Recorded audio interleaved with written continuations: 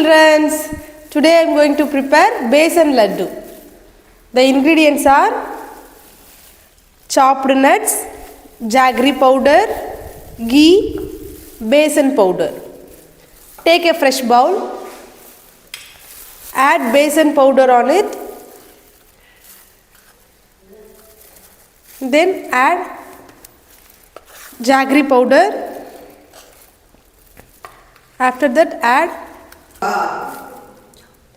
chopped nuts, then add ghee on it.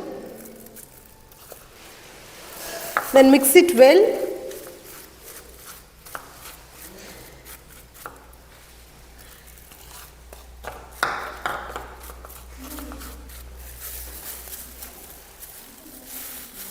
Then make a small balls.